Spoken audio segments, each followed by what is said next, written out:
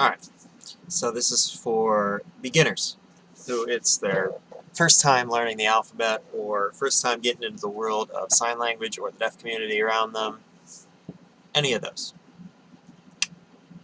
You've seen the alphabet, now what do you do? How do you go from knowing the letters to being able to use them? Your first step, obviously, is going to be memorize it. There are a lot of resources online where you can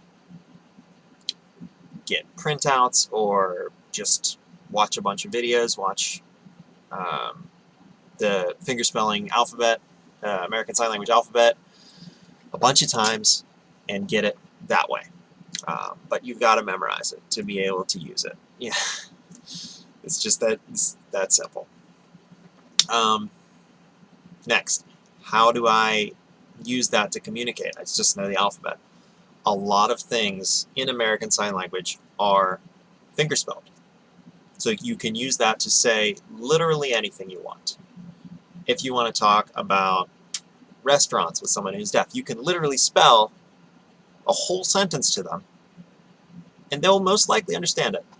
And they'll probably try to teach you some signs along the way. So getting that first initial step in is so big. Just being able to fingerspell is so big in getting your foot in the door, getting just that basic level of communication so that you can go higher.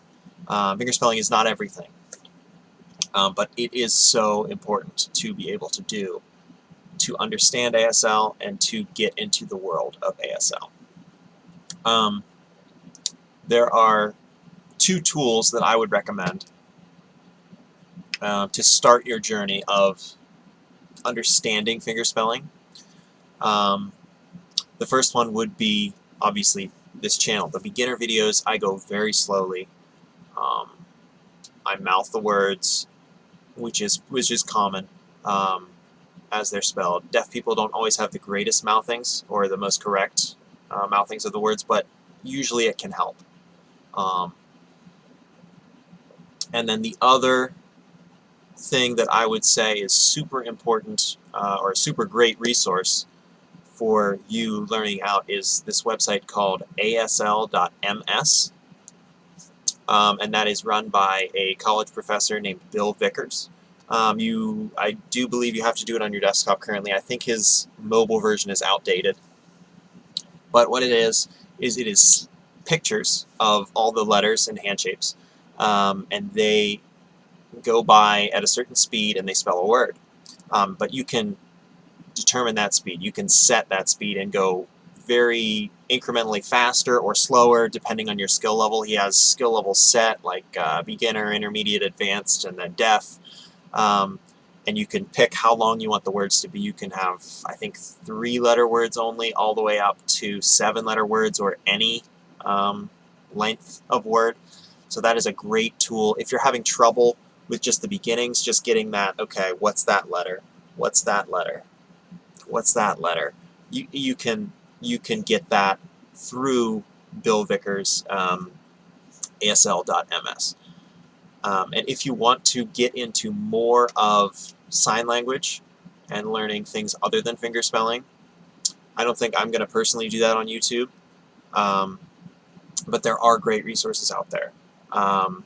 There is a Facebook group called ASL that is wonderful. Lots of deaf people, lots of fluent signers who are helping with spreading awareness of this is the appropriate sign for that. Bill Vickers has a YouTube channel and a website. The website is lifeprint.com. I'll link that down below, as well as his fingerspelling tool. But LifePrint offers free online American Sign Language courses, and they're wonderful. I would suggest that as a starting point. If you're on the fence about starting, you don't really want to buy into a class just yet, just to see if you like it, they're a great resource to start, and they'll give you a great base and foundation for your ASL journey, and journey into the deaf community. And then Joseph Wheeler.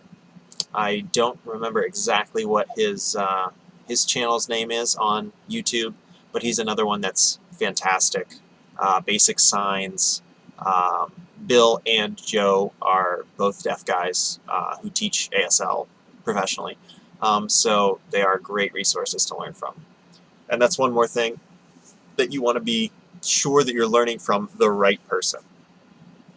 There are a lot of people on YouTube who are hearing ASL students who aren't necessarily doing everything correctly, and you really don't want to be learning your first steps from them.